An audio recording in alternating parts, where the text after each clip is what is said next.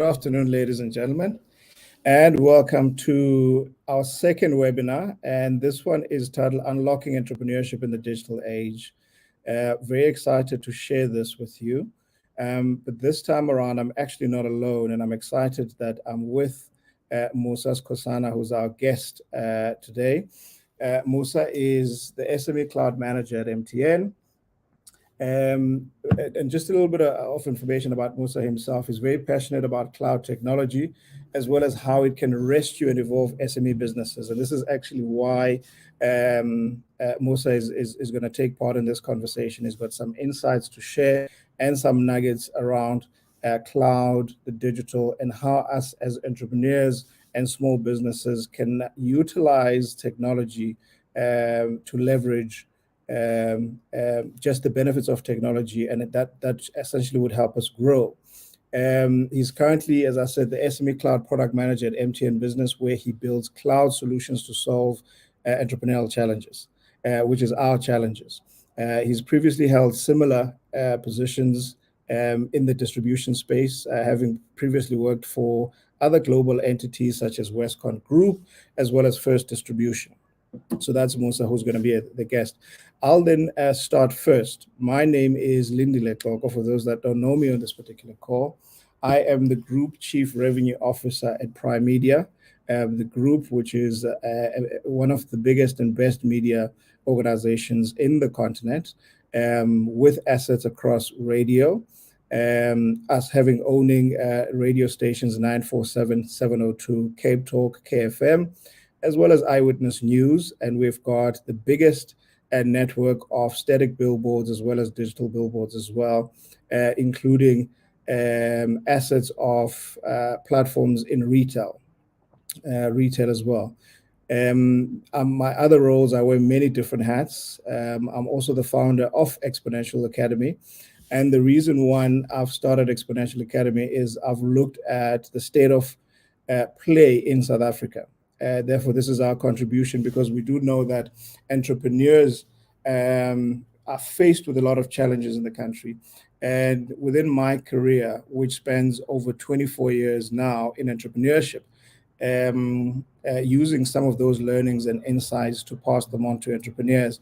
So to short circuit the learning process, as well as to reduce the school fees. As we know, we call that in entrepreneurship school fees, to reduce that as much as possible, to equip and empower and enable entrepreneurs in all walks of life. And entrepreneurs, we find them in corporates, we find them running their own businesses, or we find them still at ideation stages. And we are here, or I'm here in particular, to empower all of them as much as possible.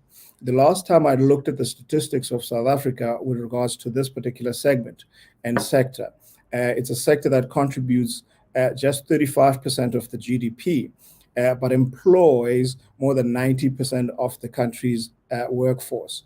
And therefore, the sustainability of small business and entrepreneurs is a passion point of mine, and therefore I'd like to impart that knowledge as much as possible. So in our second webinar, we then decided that we're going to discuss unlocking entrepreneurship in the digital age. And the reason that we're going to talk about this one in particular is where we are in the market. I call this the attention economy. It's the creator economy, where content is absolutely key. And obviously digital as a way to consume that content is absolutely important. Some of you may have heard me sharing this. There's a Cantor report that came out around July that said actually 85% of communication fails to land in the attention threshold of most consumers. But then when I ask people, do we know what that attention threshold is for consumers out there?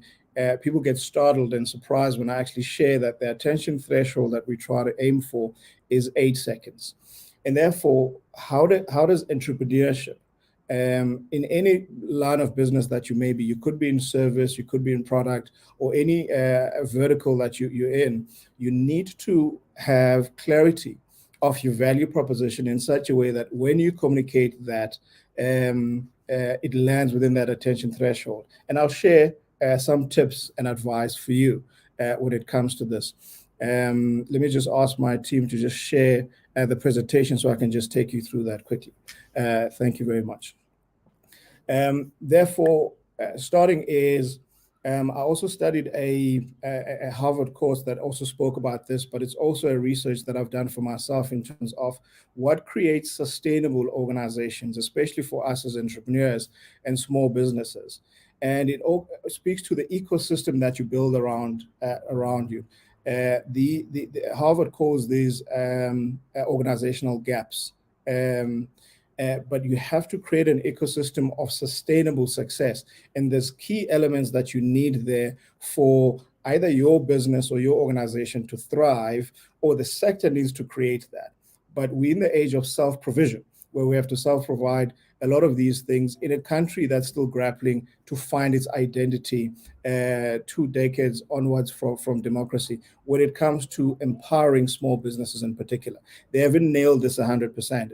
And I can tell this to the government face to face, is they just haven't learned it. But the next slide will share what's that ecosystem. And my encouragement for you as an entrepreneur, as a small business owner, or any size of the business actually, is to create your own sustainable ecosystem of success. And it has these following elements. If you can switch to the next slide. Those elements are, let me just switch to the next slide, are as follows. So one, you need technology. And great access to technology that's not too expensive. So it's easily accessible, easy to use, but also it's sustainable in that it won't break, and it's seamless in how it functions, because you can then create a bedrock for your organization by automation, which saves operational cost and drives cost of sales. This will then grow your margins as a business if you can optimize as much as possible. So technology is a key component in that, in running an organization in this day and age. So you look at technology from an optimization point of view, but more so also channels of distribution, which is something I'll touch on a little bit later. Access to information, and the right type of information. And hence, as I said in this introduction, is the reduction of school fees is what I'm doing this for, is to give as many entrepreneurs as I possibly can, which is my purpose, the right information at the right time so that they don't have to learn hard, because they call them school fees because any failing in business costs time and it costs money. And therefore, access to the right information will equip you to make the right decisions at the right time. So that gives you the efficiency to get to the objectives that you need to quite quickly. So create an environment that gets you information is absolutely important. Also skills, the right type of skills. I learned in my first big business that I ran is, as an entrepreneur, we try to wear many different hats and do many different things. Because you're thinking that's going to save costs. And I want to encourage you that that's actually the very opposite, because good skills, good quality experience skills actually self-liquidate and they end up paying for themselves. And actually someone advised me once they'd seen me slogging and working so hard to then say, actually hire at the right type of skills in your business, even before you think you can afford them, because most of the time they'll actually afford themselves. And it's a leap that us as entrepreneurs, we struggle to make. And therefore, I'd encourage you to acquire the right skills. But once you've acquired your team and you've built it, you must continue to build that, getting courses, continually studying certifications and all of that, just to make sure that you're keeping up with the market, you're keeping up with the demands of your business as you scale as well. My apologies. This is just the power has just come out, but you'll see. I think the backup should come up in a moment. So apologies for that. Now the other thing that a business needs is cash, and a lot of cash. So be willing to invest in your organization, applying your own cash, even before you go to the lenders and all of that. And I call this in the book. I've written a book called The Young Entrepreneur's Playbook: Using Failure as a Shortcut to Success. And essentially, I talk about it. The third chapter is that invest in your own ideas. That means invest in yourself before asking anyone else to invest in you. But always be in a cash positive position in your organization, because even in tough economic times, if you're in a cash positive position, you then become you are at a greater advantage, because you can absorb the hurt, because debt is expensive. Debt is extremely expensive. Cash is expensive, but it's less expensive than debt. So try to do that, and you can get yourself into an advantage if you're in a cash positive organization. But also convert your cash into assets, which is now actually the most profitable thing that you can actually do for your organization. So get rid of debt. Do not have debt. Be in a cash positive position. But once you are, build assets. That's what businesses are all about. Making sure that your bottom line grows and converting that into assets. The fifth element is partners. So as entrepreneurs, there's things that we're good at, and there's things that we're not good at. We all have blind spots. We all have weak areas of execution. So always make sure that you partner with the right type of organization or skill or entrepreneur to be able to expand your capability or capacity to deliver all of these elements. I also talk about this in the book, so that you don't spend a lot of time burning trying to learn a difficult skill that is not natural to you or your organization, but rather partner with an organization that can actually expand your capability to deliver the value that you need to deliver for your clients, because it's all about delivering that. And therefore, if you can partner, it's highly advisable. And the other thing that I'd actually advise is never look at yourself in a way that you think that there's an organization or a person out there that you cannot partner with. You'll be surprised, if you're willing to have the conversation, how many entities would be willing to partner, even for you as a small business, as an entrepreneur. For example, we've got Musa here from MTN. One, you can partner with MTN, because I do know that they've got quite an expansive partner and project and a partner ecosystem. Because they themselves need smaller organizations or other types of organizations to expand their capabilities as well. So smaller companies can actually partner with big organizations. So you can go to any entity if you think that there's a mutual benefit between those entities that actually helps those.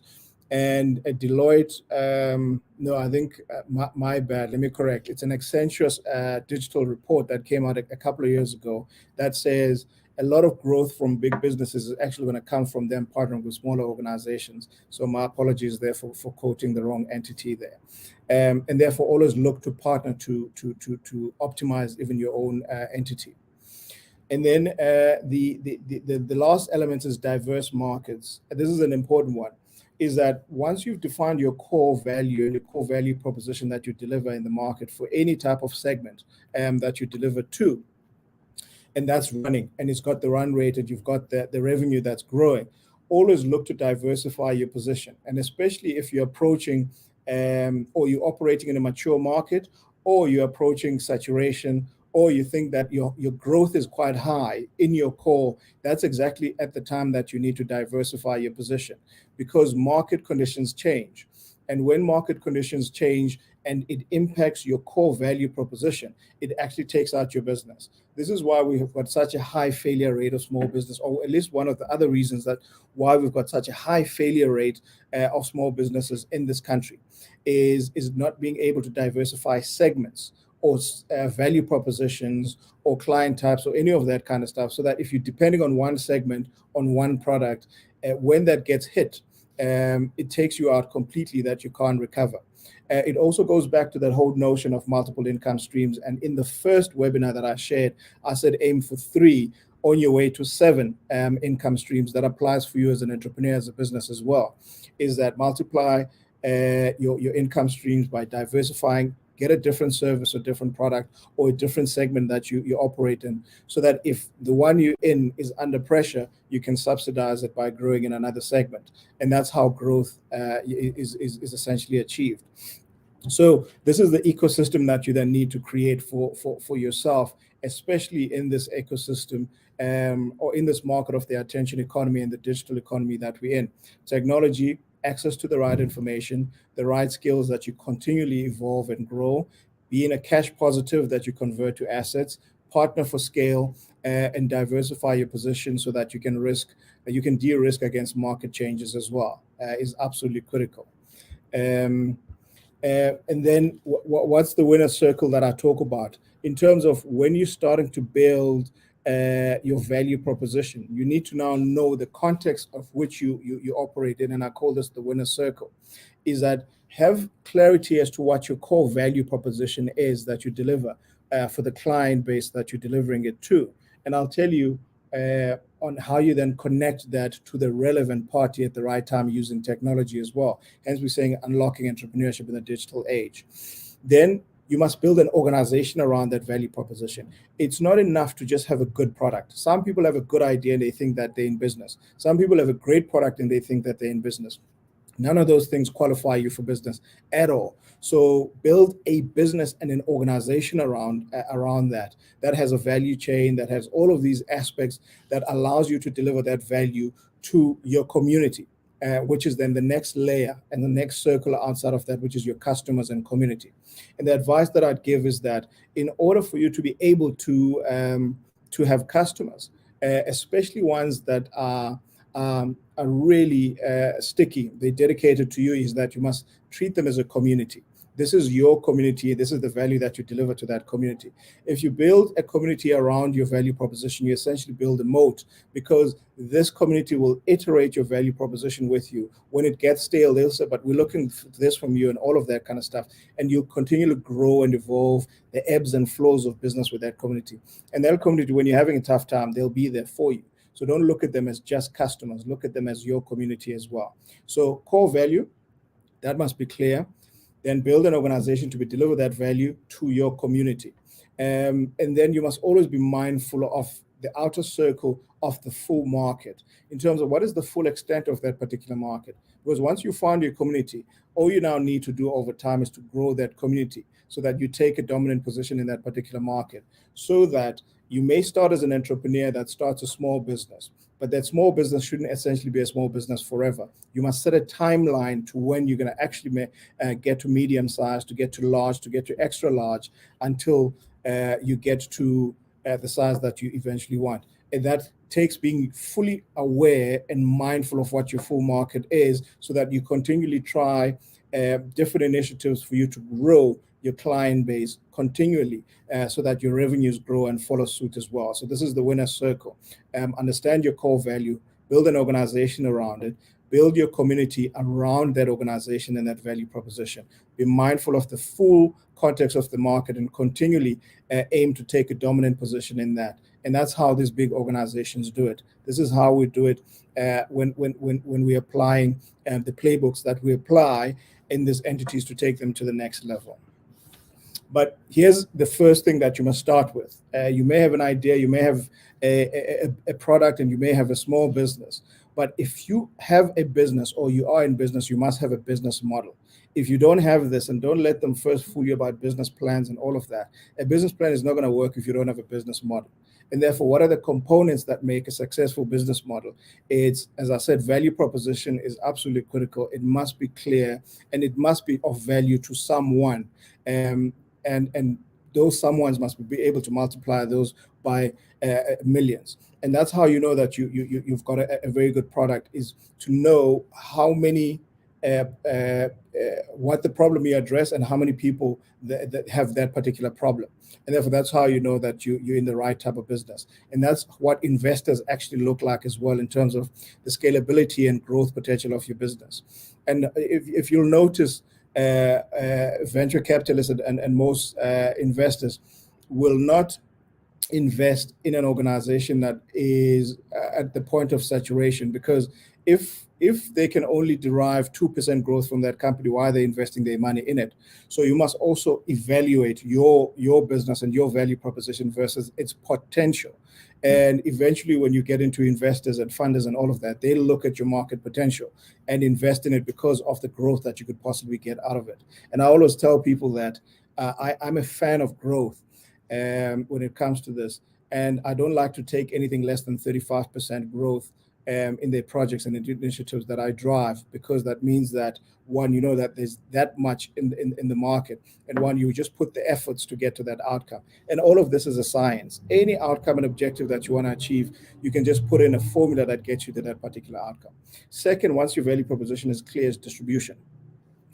Is you've got a value, then you must distribute it to the people that value benefits. So your distribution network is absolutely critical. And you must have multiple distribution channels. Don't just have the one store or the one online store and you think, oh, okay, I'm selling to this number.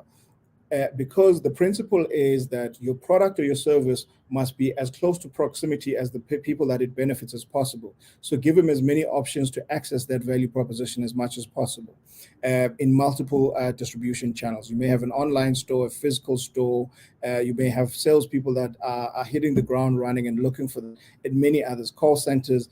There are hundreds and hundreds of different types of channels, and you can innovate new different channels yourself. I've innovated new channels that didn't exist because it's all about taking the value proposition to the recipient in the most efficient and effective manner and cost-effective manner as possible so that that transaction happens. It's all about creating an opportunity for a transaction. So distribution is critical. Then marketing. People need to know what you're selling, what your value proposition is, and where they can get it. That's your distribution model. The marketing is basically you vocalizing and communicating to the people that will benefit from that value, what that value is, what problem it solves, and where they can get it, and how much that costs. That's marketing, basically, in simple terms. So that's the third element of a business model.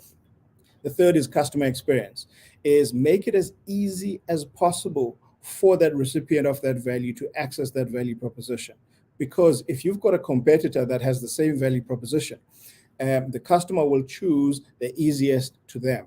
So the point of parity after price is then which one is easier for me to get. And sometimes customers will overlook price because they'll say, actually, it's easy for me to get it here. And therefore, they'll save me time and the effort. And therefore, it's actually worth me buying a little bit extra to get that efficiency. So customer experience is critical. That's the fourth element of a business model. And then the fifth element, which should actually be the first one, is culture. What is the company culture that you build? And fortunately, culture is built by the entrepreneur, the founder, the CEO, and all of that kind of stuff. Unfortunately, if you don't pay attention to it, a culture will form outside of yourself, and it may be a toxic culture, it may be a slow culture, whatever the case may be. So you must always be deliberate about creating the culture that you want in your organization. And these are the five basic elements of a business model, and you must have a business model in order for you to be to be effective and continue to grow in terms of your organization.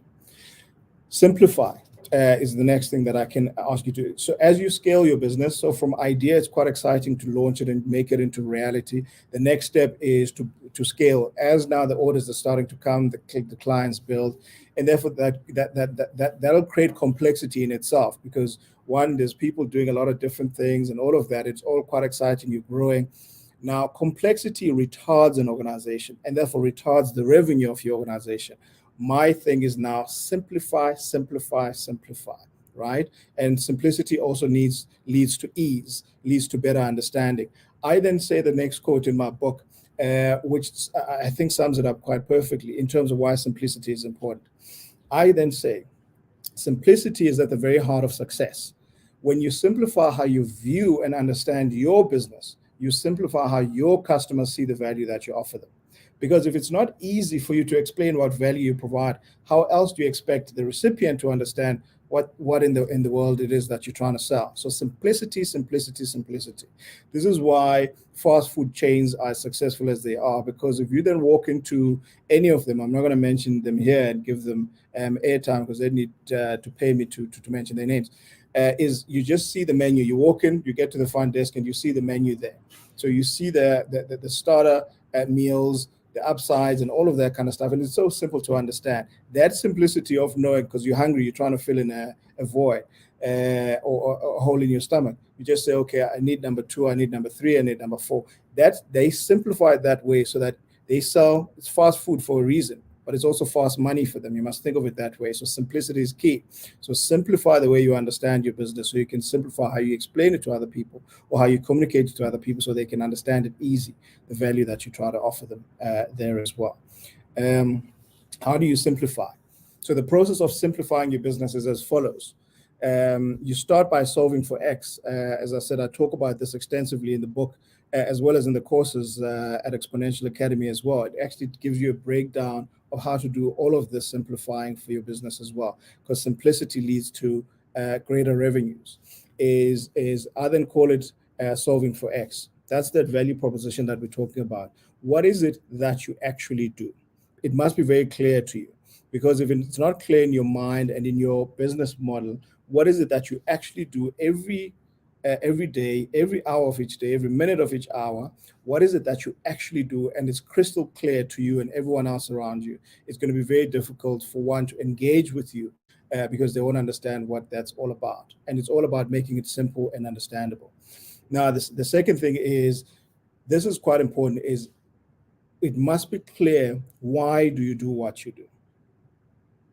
Are you solving a problem? There must be a purpose. There must be a reason why that's bigger than even yourself, a higher purpose or something.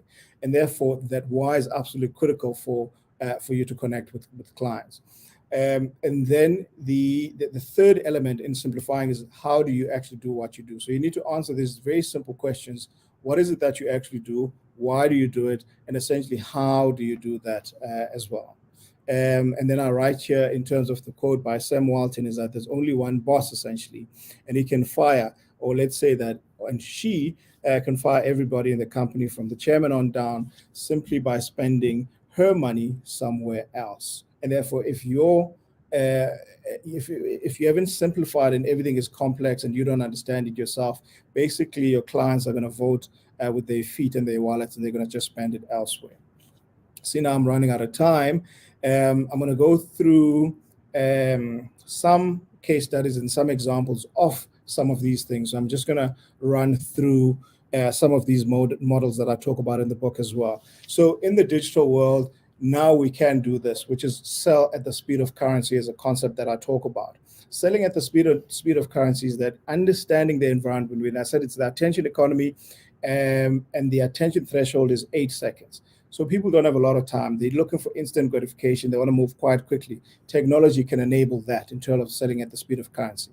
Selling at the speed of currency is your ability for a customer to request something from you, deliver it at the moment they request it, and they give you that money at the same time. So that's how fast the money is moving. Because a person, as soon as they pay, they expect their value to be reciprocated. And therefore, that's selling at the speed of currency, right?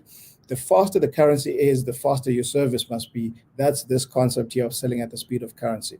And as time goes, next year, 5 years, 10 years from now, we'll see the speed of currency going even faster than it is now. From Uber and all of that kind of stuff, we'll have other services that are moving at much a faster pace. And therefore, you need to be able to reciprocate that. If your product still takes 2 weeks or 3 weeks to get there, that's slowing down the money, right? And therefore, you need to sell at the speed of currency. Just like Netflix. There's an example that I had when I was living in the UK. I had Netflix, and it was easy to sign up. It took me less than 60 seconds to sign up, but also to cancel when I was coming back in country. I had to cancel because the firewall in South Africa didn't allow Netflix. It would waste the time for me spending all that money. So I canceled Netflix. Took me less than 30 seconds to cancel Netflix. And after that, hardly 5 minutes later, I got a call. They were asking why I was canceling, and I said, well, I'm moving back into South Africa way before. This is quite a long time ago. I'm moving back to South Africa. You guys don't have Netflix there. They said, don't worry, Mr. Xoko, we're going to have Netflix soon in your country, and we're going to give you a special rate because of your loyalty when you were in the UK with us. And I thought that they operated at the speed of currency. Their client service was absolutely amazing. So that experience, to me, I still use them to this day because of exactly that. That's just an example that I like to give you, which speaks to this agility as a competitive edge. I did say customers will vote with their feet in their wallets, and especially if the client experience is not great, which also now speaks to my next example of Airbnb. That agility and the ability to change quite frequently is in the height of COVID. Airbnb lost 86% of their revenue in the space of a week when COVID hit. They had to pivot to get to a position where now they were offering experiences and other products very quickly. So much so that around August last year, they listed one of the biggest listing in the New York Stock Exchange. So from a losing position of losing 86% of your revenue in a space of 7 days to listing last year in one of the biggest listings in the New York Stock Exchange, is that agility. as an entrepreneur and as a small business, you must be able to do that. And as I spoke about it in terms of diversifying your market positions, is that if you're under pressure from one area, you need to be able to diversify quite quickly and have that agile so that you can protect your bottom line and your top line as well. And that's why I mentioned that. Now, in South Africa, and I encourage you to operate throughout the world, especially because of technology. We're connected, we've got cloud, we've got all of these things, social medias, that you can actually sell a service anywhere in the world to any particular individual. And therefore, your biggest channel, go-to-market, is actually this. And especially in South Africa, where we've got 90%, 96% smartphone penetration in South Africa. And Musa is going to join us in a second to talk about how MTN is optimizing the cloud, and I want to throw you in this one, Musa, to talk about how you're reducing data bundles so that people can have access. But this, due to smartphone penetration, but this is essentially your biggest go-to-market. A lot of people are on this. If you go to your stats in terms of your usage of your phone, you'll find that people are using this close to 60, 70, 80% of the time. So they're on this thing. If you've got a product or a service, try to get it in front of someone through the mobile phone as well. I think due to time, there's a lot that I'd share coming up with this in terms of what other optimization in the digital era that one can do, but we'll have many of these webinars. So I'm gonna put a pin on it right now for this, and I'm sorry because I did have a few more slides, and I'm gonna hand over to our inimitable gentleman that knows a lot about technology, that knows a lot about cloud, to take us through the innovations that small businesses can leverage and take advantage of using technology as well. So I'm going to hand over to Mr. Musa Skosana from MTN to take us through that. Thank you, ladies and gentlemen. Thank you very much, Lindile. Thank you for this opportunity as well. Excuse me. Thank you very much for everybody that took the time to attend. I am going to take you through a couple of slides. These are basically what I believe would actually be very, very pivotal for a lot of SMEs or a lot of entrepreneurs in our organizations or in our country today. Okay. So basically what I wanted to touch on today, and very, very informative stuff that came from Lindile, and I'm going to actually cross-reference some of the points that he mentioned, because basically in an SME, you are really, really wearing many hats, right? There are a couple of pain points that we are looking to address. And in a lot of instances, cloud technology actually allows us to achieve a lot of these milestones, especially with the concept that Lindile actually mentioned when it comes to actually building your business model. So I'm going to touch on a couple of those in my slides as I actually elaborate my message to the audience. Okay, so I'm just going to touch on a few pain points that we've experienced or we have been shared with, or our customers actually made us aware of when it comes to pain points, when it comes to technology or cloud technology that is actually suited for SMEs, right? So the one thing that we actually believe when it comes to cloud technology, what we're trying to deliver to our SMEs is very much staying competitive in a very, very rapidly changing business landscape, right? Back to what Lindile said, we need to find ways to be agile and really very, very quickly adapt to the forever changing landscape that our businesses are actually facing, right? So very, very, very important thing that our SMEs or our entrepreneurs need to be able to do is that they need to be agile. And there's quite a number of cloud technologies that are available that can actually help our SMEs to be agile. This is basically a few statistics that came from a couple of reports. I will share the links of the reports in the chat for you to actually go through for yourselves. These reports or this information was derived from a report that was derived from IDC, another report that was derived from PwC. I will share these in the chat just for anybody that feels the interest to read further in this, right? So basically these reports predict that 60% of our SMEs are actually expected to improve resiliency as well as agility by increasing artificial intelligence as well as analytics and also robotic process automation by 2023, which is literally next year, right? So back to Lindile's point again, right? There is a lot of opportunity that sits in the cloud that actually allows us to actually automate most of processes that are something that we actually do on a day-to-day basis. I know a lot of people, when they hear the word automation, they think like coding, DevOps, or development, or anything like that. The fortunate thing is that a lot of technology companies have actually found a way to actually allow this possibility with low code integration, as well as predefined templates that actually allow for automation for a lot of businesses day-to-day activities. So agility is a very, very key component thing that cloud technology can actually allow small businesses to achieve.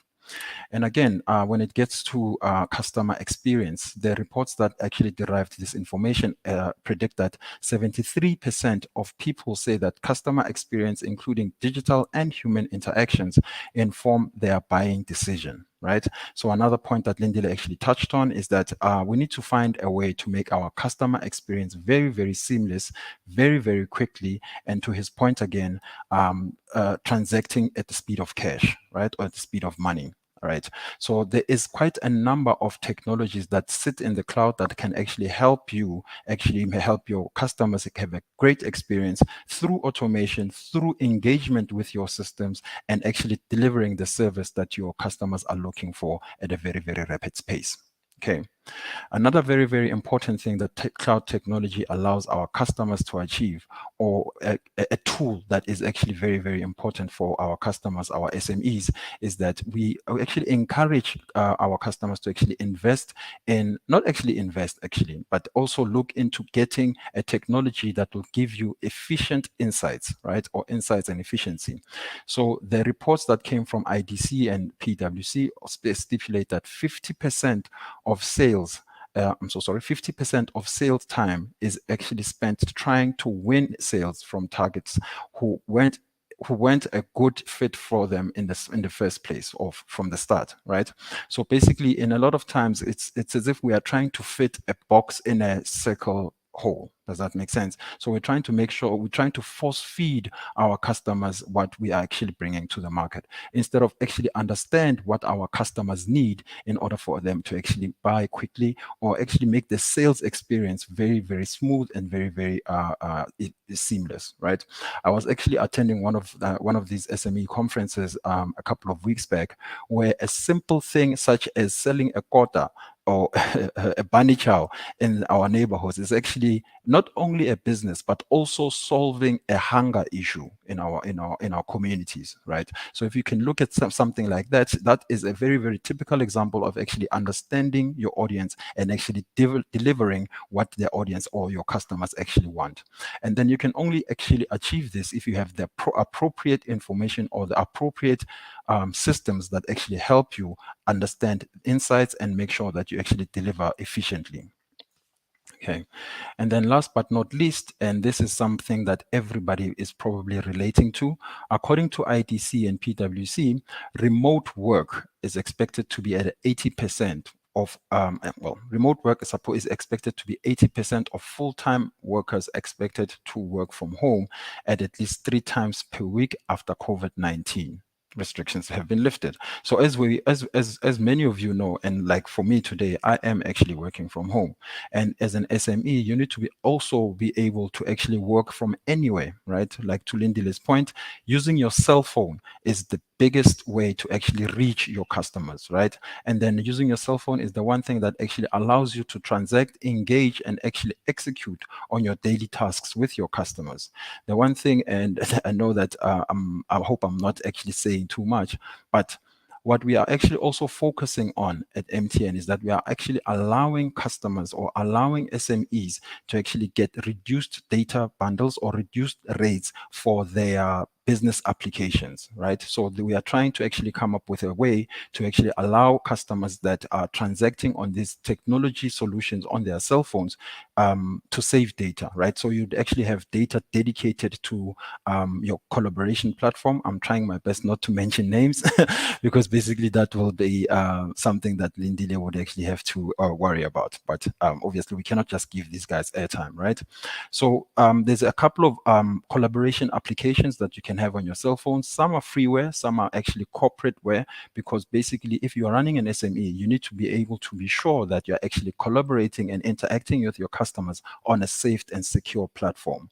As we all know, today in time, South Africa has actually enforced the regulation or the regulation of POPIA compliance, right? So for a lot of our customers that are actually transacting in the cloud or storing customer data, there is a very, very strict approach of making sure that our platforms are actually POPIA compliant. Right. So remote work is a big thing, but then we also need to be careful that when we're using our platforms or our collaboration platforms on our cell phones or even our tablets, we are making sure that we are actually abiding by the regulations. Okay. So this is something that I'm also going to refer to what Lindile says. As an SME or as an entrepreneur, you are wearing many, many hats, right? And then you are actually dealing with like a web of information, a web of executions, a web of tasks, and a web of systems that you might need to build. Right. So you might be seeing a lot of things that I'm highlighting here, like a CRM or an ERP or an HR system or even a scheduling system. They're very, very interesting they're very, very interesting to know. A very, very interesting item to know about these kinds of systems is that when you hear the acronym CRM or ERP, it's no longer regarded as an enterprise solution. It's no longer regarded as a large organization type solution, right? Because when it comes to cloud technology, there is very, very vast options of what you can actually get from a CRM perspective, from even a scheduling system, right? I can actually give a typical example right now. Something that a lot of customers use for chatting is very, very popular. It's the blue one. I'm not going to mention the name. You can literally initiate a scheduling automation in that application as well. And then you don't even have to build it yourself. You don't even have to have infrastructure on premise in order for you to actually achieve this. And the automation processes already exist within the application. All you need to do is just activate it and actually allow the applications to be allocated to certain individuals within the organization. And then that will actually kick off an automation process, or what I call a workflow. Right.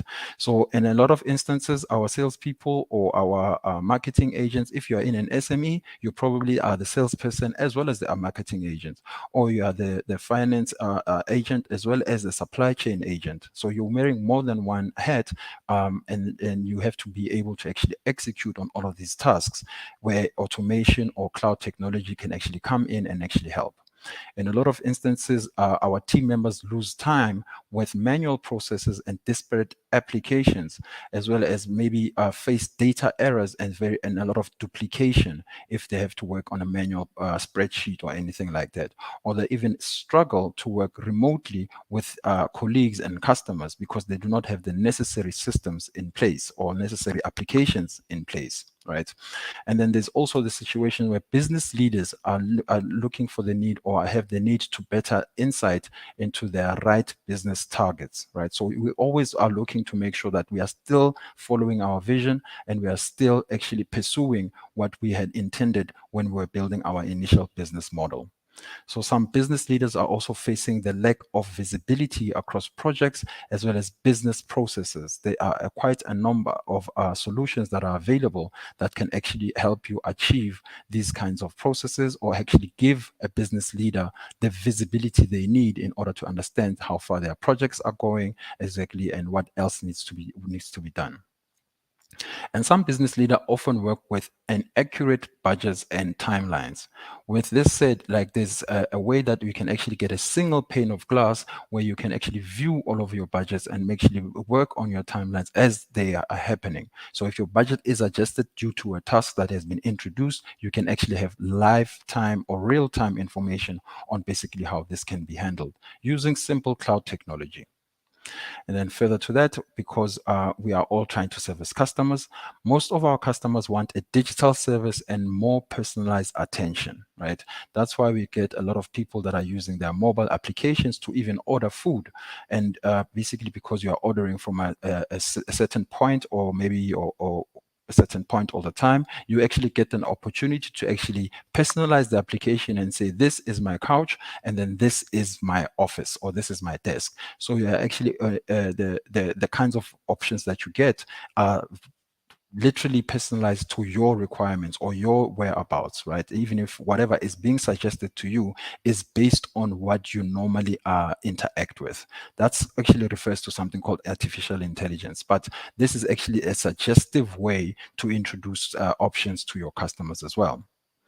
Another thing that customers would love to experience is that they'd like to walk away when they can't get a timely, well, they tend to walk away when they don't get timely information. And that's why with cloud technologies, we all need to have some way of actually interacting with our customers. It could be on the phone, it could be as complex as a huge website, or it could be as simple as a small extranet that actually allows your customers to actually engage online and actually give you feedback on the engagements that they have with your business. Okay. Then last but not least, a lot of customers also look towards excuse me, a lot of customers also look towards actually getting consistent experience and make sure that everything that is delivered to them is basically delivered on a touch to deliver. So like what Lindile explained earlier on, when you're using your phone, you would like to get all of the information and make sure that you everything that you have ordered is actually delivered to you at a very, very rapid pace or as quick as possible. Okay. So what does your team need in order to actually achieve these kinds of solutions, right? So basically what we are suggesting is a cloud technology or a cloud company is that the team needs to be able to adapt to anything, right? So the team needs support for remote and mobile work to respond quickly from anywhere. As you all may know, a lot of SMEs travel a lot, and in order for you to reach your customers, you might actually need to travel to your customers, and that shouldn't stop you from actually executing on your day-to-day business or day-to-day tasks. Another thing that it will actually contribute to adapting to anything is that you need to innovate quickly and adopt to new business models. So as we all know, businesses evolve all the time, and then more and more opportunities actually are presented to businesses because customer needs grow on a day-to-day basis.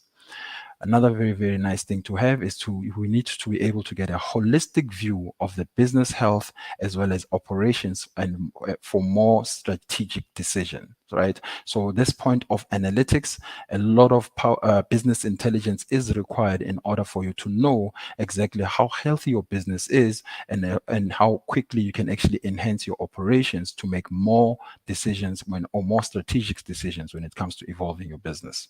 Okay.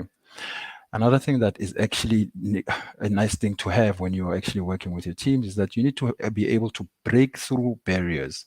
I know there's a lot of stigmas or stereotypes that are out there in the world, and basically one of the reasons we're having this kind of webinar is actually to help our customers or our small SMEs achieve or be able to break through the barriers that actually come along with actually starting a business.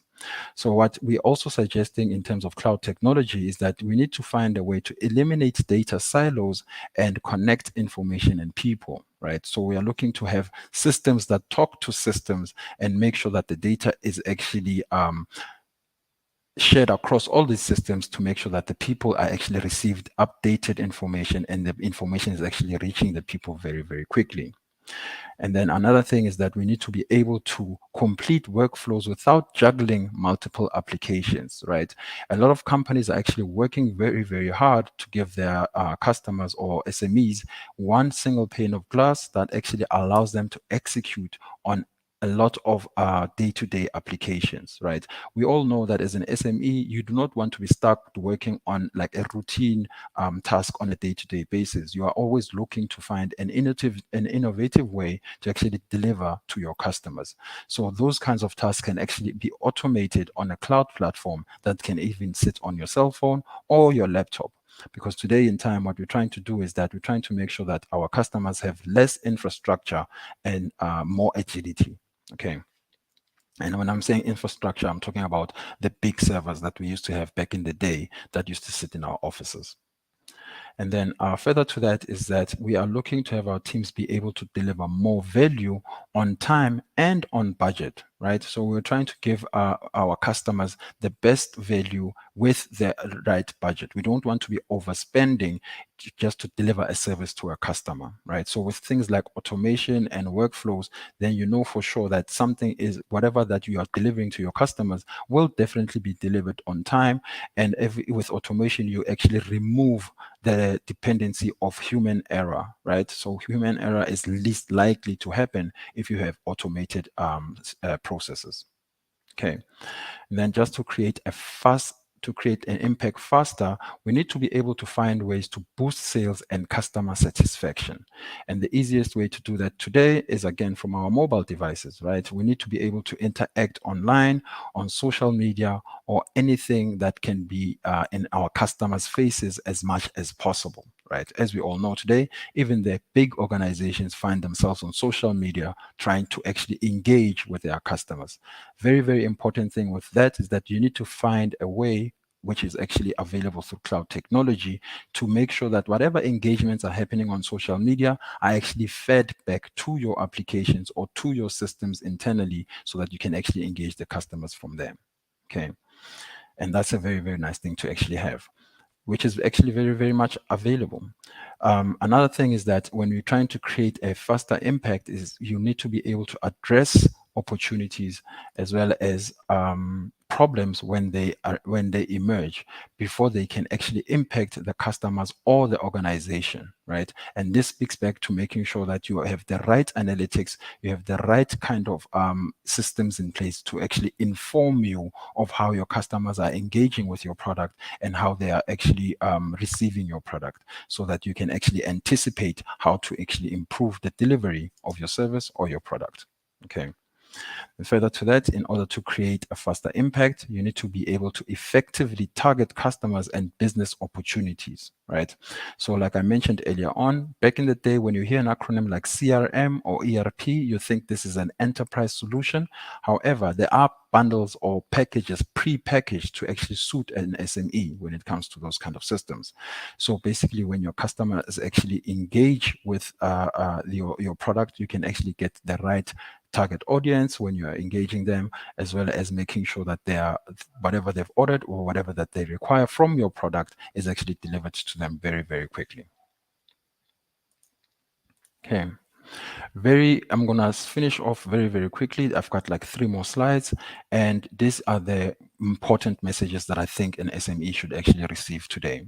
So we're trying to encourage more collaboration, right? So with more collaboration, we're trying to actually improve teamwork and respond faster from almost anywhere by seamlessly connecting your people, business processes, as well as customers to the Microsoft Cloud, for example. As you might know, in South Africa, Microsoft has actually deployed 2 data centers, making sure that our data is actually POPIA compliant, because one of the regulations is that for POPIA compliance, is that the information needs to sit within country. This is very, very important for a lot of legal firms, right? Small legal firms might be actually benefit from this very, very much. Okay. And then further to that, what we're trying to also increase or introduce is more productivity, right? We don't want anything to actually stop you from being productive, or actually maybe slow you down in terms of productivity. So with streamlined workflows and the ability to get more done with automated business processes and actionable insights delivered inside the productivity tools that you use every day. This is something that would actually easily sit on your mobile phone or even sit on your laptop, and you're actually able to monitor and actually execute from anywhere in the world or anywhere in South Africa. And then this is my last slide. We are actually looking to actually encourage businesses to make more impact by leveraging our cloud technologies, right? So we are actually helping customers optimize the customer journey and create a competitive advantage with a personalized, engaging experience at every touch point, from frontline all the way to fulfillment, right? So we're just trying to make sure that with whether you have got frontline agents, or even if your frontline agent is actually a website, we are actually helping you try and deliver and fulfill on your service as quickly as possible. And that is my last slide.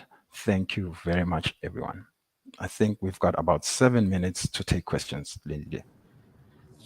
Thank you very much for that, Musa. I thought that was an extremely insightful talk that talks about just the power of technology and how we as small businesses and entrepreneurs can leverage technology to further optimize our organizations, but most importantly, to deliver our value to our clients and continually grow our businesses through a variety of automation, cloud use, and all of those. And it ties in very well to the initial discussion we've had, Musa. So thank you very much for that insight. So let's take questions. I see Lindile's question is that he would like to know what is the key indicator, financial or otherwise, that we use to determine if a business or idea is headed in the right direction or not. From Vuyo Hlope. Vuyo, Yes. this is an absolutely amazing question. So there's a couple of things. So I also write about this in the book, Vuyo, in that an idea is a thought. So what one needs to do is to actually mature that thought into a business. And here's what is the best indicator. You remember I said before that an idea is just an idea, you're not in business. A product is just a product, you're not in business. So once you've established your value to your clients and you've built a business around that, and you make your first sale, that's your first indication that now you're in business. You're not in business before you've made a sale. You may have ideas, you may have products that are sitting on the shelves. So the first indicator, Vuyo, is you make a first sale. And what I usually tell people is that once you've made a first sale, one sale, you can then figure out how to make 10 sales. And once you've made 10 sales, you can figure out how to make 100 sales. And once you've made 100 sales, you can figure out how to make 1,000 sales, and so on and so forth. But your first indication that your idea is worth anything is someone is willing to take out money out of their pocket and pay for that value proposition. That's your first indication. Your second indication is the ability of that to happen multiple times over and over. Hence, I said 10, 100, 1,000, and so on. And that's the concept of exponential, the very name for our academy. So that's your first indication. But also you need to test it, and I mentioned this before, Vuyo, is that you need to do your market sizing. And not just at a high level, and not just do Matchbox, actually get the numbers and the insights that also Musa was talking about.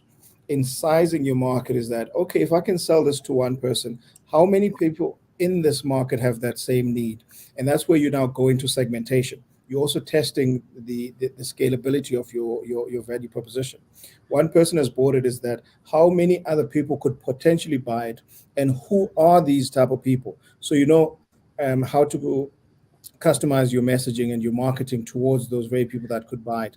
That's also a way to test the market, to then say, oh, in this segment, I've got 2 million people that could possibly buy this. I've sold it to one. Out of those 2 million people that have the money, that have the persona, that have this, that could possibly buy this, I just need a certain percentage of that market. And therefore, how do I do that? So that's the second test. The third test is, who are the other people that are doing the same thing that I'm doing? Who are the other companies that are doing that? And how much of the market do they have? Because out of the 2 million that are available people that could possibly buy this, some other people may be selling the very same thing to those people. So if they hold a market position of 15%, 20%, how much is the available market? And how much of the ones that have already bought from those could I possibly take is another indicator. So great, then you're sizing your market and your propensity to convert. It must be realistic, and you must be Vuyo very hard on yourself when you're doing that market sizing as well as that segmentation. This is where you design your personas and all of that, so you know exactly who that person is, that this value that you have, you're going to sell it to. And if as I said before, if it's a mature market, it's difficult that for you to get that growth. So it must still have legs in it for you to test that it's actually an exponential idea that you have. So it's those three lenses. You can sell it to one person. Number two is knowing how many people could possibly buy it. Number three is how many other people or organizations are there selling the same thing, and how much of that market do they have? So what's your reasonable opportunity to sell this? If it's still a lot after you've done that, then you know that you've got a market. Then further to that, operationally, what you need to do is, I don't know what your product is or your service is to then test, have outside of financial indicators, is to have levers of growth, your lead indicators. And I call these the levers of growth, which is your lead indicators. I see we're running out of time, and your lead indicators are what are your daily sales, or your weekly sales, or your monthly sales, which is your new business that you're coming in. How much are you retaining out of the clients that buy from you? And the third lever is your average revenue per buyer for each buyer. These are your three main indicators that you have. If you worry about these things and you do well with them, it'll lead to revenue. You don't even have to worry about revenue if you worry about your activity rate that leads to new clients, that leads to protecting the existing clients, as well as your average revenue per each buyer that you've got. Those are the main indicators that you then need outside of financial. They then lead to your financial indicators. I hope that answers you, Vuyo. Any other questions, guys? We know that we've run out of time. We're 40 seconds over, but we're willing to take in any other questions that you may have. If you also press for time and you need to run, you can drop us questions in a note, and in our next newsletter that we will publish and issue, we'll answer all of those questions that we couldn't answer in this particular webinar as well. But just a couple of other things that for you to get access to even more information like this, you can buy the book that's called The Young Entrepreneur's Playbook, Using Failure as a Shortcut to Success. You can get it through my website, which is called lindilecoko.com, lindilecoko.com. So name and surname together, LINDILEXOKO.com. You've got a section there where you can possibly buy the book, or you can go to any exclusive books, you can buy that, and other actually bookstore retailers, you can buy that, or you can access some courses through that very same website link that I've given you. I see we've got another question here from our viewer, Kawe. Can an SMME focus on diversifying and focus on gaining market share at the same time? Another great question, our viewer. Absolutely. So once, as a small business, and a small business is not a definition that one can define themselves forever.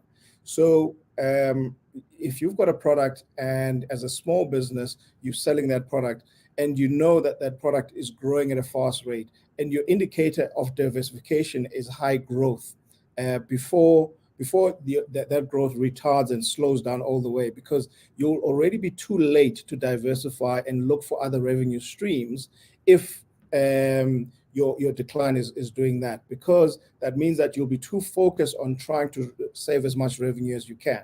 So the first indicator, our viewer, that you must now start to diversify is if you've got double-digit growth and your business is growing fast, and you have the ability of scaling up in order to catch that for your business. That's when you now must start innovating and start to think of other revenue streams. And how you can do that in your small organization is you've got your teams that are looking after your business as usual.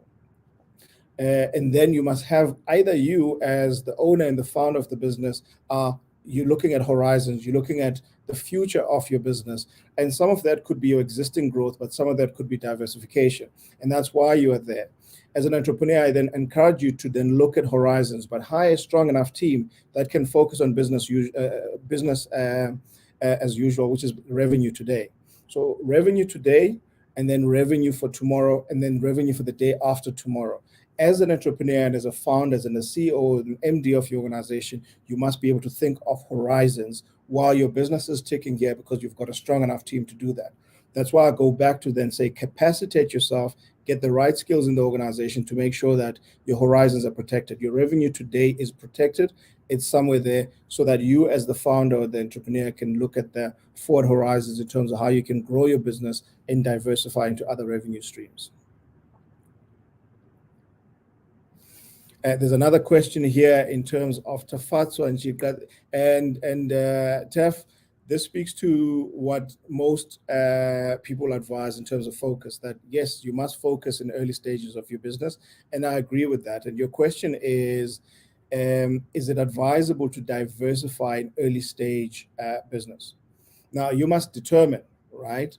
In too early stages, I wouldn't necessarily advise it. If your rhythm of the business and your cadence is not in place yet, I wouldn't advise it, because you'll be taking your eye off something that's not already ticking.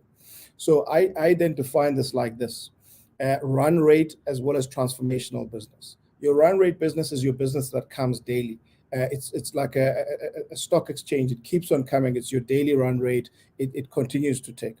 So if you're at a stage that your run rate is taking care of a large portion of your targets for the month, for the quarter, for the year, upwards of 80 to 90% is taken care of by your run rate, and that even in early stage, and that's ticking quite well, you will now need to build your capability of chasing and fetching more revenue.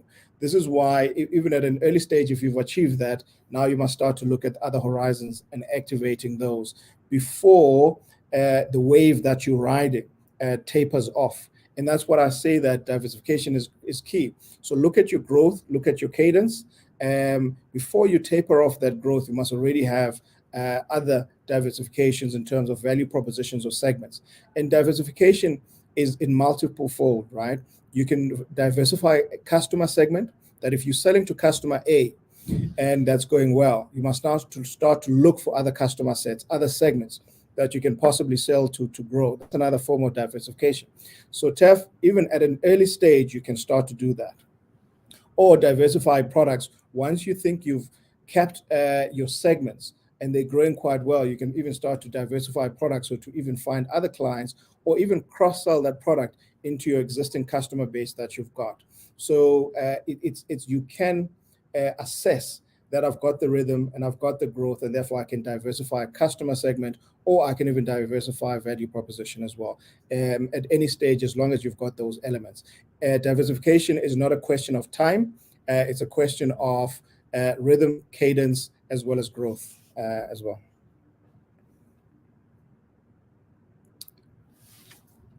Any questions? Any other questions? I still have a few minutes. I can still take a question or two.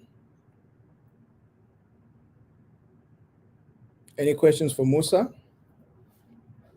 on the technology side? There are none that are coming through right now. I therefore think, as I've suggested, if there are any questions, you can post them, and these will be answered in our next webinar. And all of you that have come through today to attend this webinar, newsletter rather, that newsletter will be sent out, and all of your questions will be answered.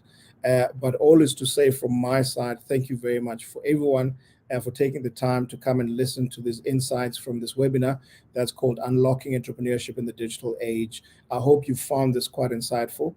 I did mention that we'll also have a series of these webinars where we're trying to provide insight and educating you as the small business owner, as the entrepreneur, or even as a person that's in corporate looking for ideas of how you can be effective in your role or your side hustle. We're looking forward to having you in our next webinar. So thank you very much for this evening. We've enjoyed having you and having this chat with you. Cheers, everyone. Have a good evening. Bye.